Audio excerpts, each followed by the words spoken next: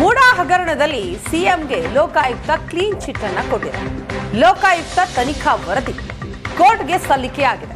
11,000 ಪುಟಗಳ ವರದಿಯನ್ನ ಲೋಕಾಯುಕ್ತ ಎಸ್ಪಿ ಉದಯ್ ಕೋರ್ಟ್ಗೆ ಸಬ್ಮಿಟ್ ಮಾಡಿದ್ದಾರೆ. ಆದರೆ ಸ್ನೇಹಮಯಿ ಕೃಷ್ಣಗೆ ವರದಿಯ ಪ್ರತಿ ನೀಡೋದಿಕ್ಕೆ ನಿರಾಕರಿಸಿದ್ದಾರೆ. ವರದಿ ಪ್ರತಿ ನೀಡದೇ ಇರೋದಕ್ಕೆ ಸ್ನೇಹಮಯಿ ಕೃಷ್ಣ ಕೆಂಡಾಮಂಡಲರಾಗಿದ್ದಾರೆ. ಲೋಕಾಯುಕ್ತ ಎಸ್ಪಿ ವರದಿ ಪ್ರತಿ ನೀಡಲು ಸತಾಯಿಸ್ತಾ ಇದ್ದಾರೆ. ವರದಿ ಪ್ರತಿ ಸಿಕ್ಕ ವಾರದ ಒಳಗೆ ತಕರಾರು ಅರ್ಜಿಯನ್ನ ಸಲ್ಲಿಸ್ತೇನೆ. ನ್ಯಾಯಾಲಯಕ್ಕೆ ಅರ್ಜಿ ಸಲ್ಲಿಸಿ ಪ್ರತಿಯನ್ನ ಪಡೆಯುತ್ತೇನೆ.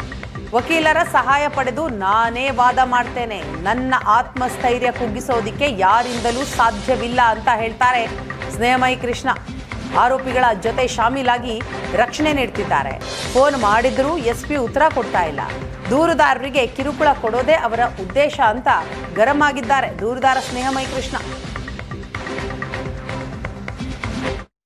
ಕೋರ್ಟ್ಗೆ ವರದಿ ಸಲ್ಲಿಕೆಯಾಗಿದ್ರು ಕೂಡ ವರದಿಯ ಪ್ರತಿಯನ್ನ ದೂರುದಾರರಿಗೆ ಕೊಡಲಿಕ್ಕೆ ವಿಳಂಬವನ್ನು ಮಾಡ್ತಾ ಇದ್ದಾರೆ.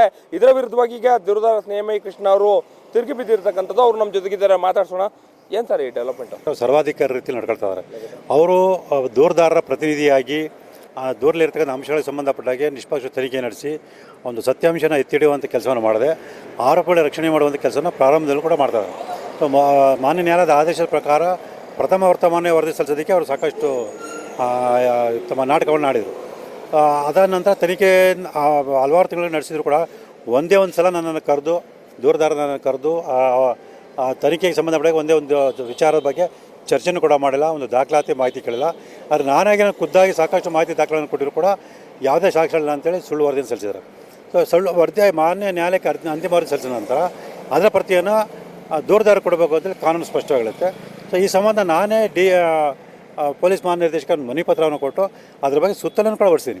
ಆ ಸುತ್ತಲನ್ನು ಅವ್ರಿಗೆ ವಾಟ್ಸಪ್ ಮೂಲಕ ಕಳಿಸಿ ದಯವಿಟ್ಟು ಈ ಪ್ರಕಾರ ನನಗೆ ಅಂತಿಮ ವರದಿ ಕಳಿಸಿದ್ರು ಕೂಡ ಅದ್ರ ಬಗ್ಗೆ ಏನು ಸ್ಪಂದಿಸಲಿಲ್ಲ.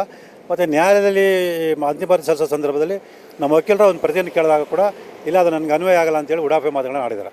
ಸೊ ನಿನ್ನೆ ಹಾಗಾಗಿ ಲಿಖಿತ ಮನವಿ ಪತ್ರವನ್ನು ಸಲ್ಲಿಸಿ ಸೊ ನಿಮಗೆ ಆ ಸುತ್ತಲೇ ಅನ್ವಯ ಆಗ್ತಿರ್ಬೋದು, ಆದರೆ ಕಾನೂನು ನಿಮಗೆ ಅನ್ವಯ ಆಗುತ್ತೆ. ಹಾಗಾಗಿ ನಾನು ಪ್ರತಿಯನ್ನು ಕೊಡಿ ಅಂತೇಳಿ ಲಿಖಿತ ಮನವಿ ಪತ್ರ ಸಲ್ಲಿಸಿದ್ರು ಕೂಡ ಈ ಕ್ಷಣದವರೆಗೂ ನನಗೆ ಯಾವುದೇ ರೀತಿ ಮಾಹಿತಿಯನ್ನು ಕೊಟ್ಟಿಲ್ಲ, ದಾಖಲೆ ಕೂಡ ಕೊಟ್ಟಿಲ್ಲ. ಯಾಕೆ ಕೊಡ್ತಾ ಇಲ್ಲ ಸರ್? ಯಾಕೆ ತಡ ಆಗ್ತಾ ಇದೆ? ಏನು ಇದ್ರ ಹಿಂದಿನ ಉದ್ದೇಶ? ಸರ್ ಅದೇ ಆರೋಪಗಳ ರಕ್ಷಣೆ ಮಾಡೋಂಥ ಸರ್. ಈಗ ನೋಡಿ, ಈ ಹಿಂದೆ ಇದ್ದಂಥ ಸಜಿತ್ ಅವರು ಇದೇ ರೀತಿ ಆರೋಪಗಳಿಗೆ ರಕ್ಷಣೆ ಮಾಡಿದ್ರು. ಹಾಗಾಗಿ ಅವ್ರಿಗೆ ಬೆಂಗಳೂರಿನ ಆಯಕಟ್ಟೆ ಜಾಗದಲ್ಲಿ ಅವ್ರಿಗೆ ಒಂದು ಹುದ್ದೆಯನ್ನು ಕೊಟ್ಟಿದ್ದಾರೆ. ಇನ್ನು ಕೆಲವೇ ದಿನಗಳಲ್ಲಿ ಈ ಉದ್ದೇಶಕ್ಕೂ ಕೂಡ ಒಂದು ಆಯಕಟ್ಟೆನ ಒಳ್ಳೆ ಜಾಗವನ್ನು ಕೊಟ್ಟು ಅವ್ರಿಗೆ ರಕ್ಷಣೆ ಮಾಡೋಂಥ ಕೆಲಸವನ್ನು ಸರ್ಕಾರ ಮಾಡೋದನ್ನ ಸದ್ಯದಲ್ಲಿ ನಾವು ಕಾಣ್ತೀವಿ ಅನಿಸುತ್ತೆ. ಅಂದರೆ ಈಗ ನಿಮ್ಗೆ ಕೊಡದೇ ಇದ್ರೆ ಅವರು ರಕ್ಷಣೆ ಆಗೋಗುತ್ತಾ? ಅವ್ರ ವರದಿ ಸರ್ ರಕ್ಷಣೆ ಆಗಲಿ, ವಿಳಂಬ ಆಗುತ್ತೆ ಅಷ್ಟೇ. ಅವ್ರದ್ದು ಉದ್ದೇಶ ಏನಂದರೆ ಸಾಕಷ್ಟು ವಿಳಂಬ ಗೊತ್ತಿದೆ ಅವರಿಗೆ.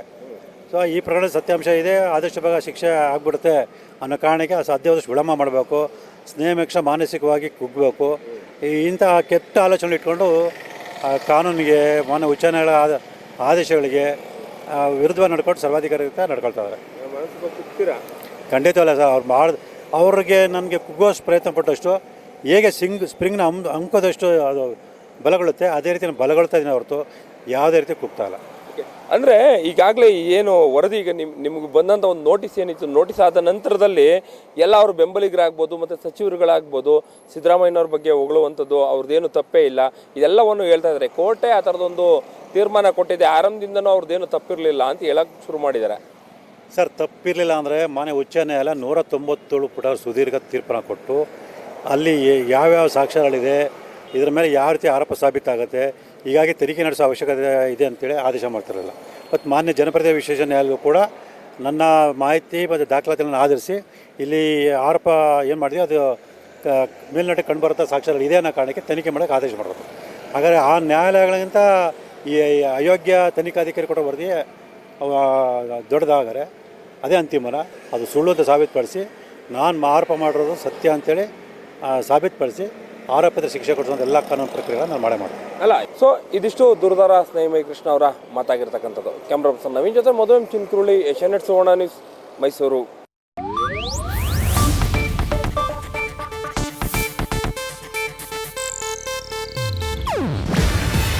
ಇದು ಏಷ್ಯಾನೆಟ್ ನ್ಯೂಸ್ ನೆಟ್ವರ್ಕ್ ಪ್ರಸ್ತುತಿ.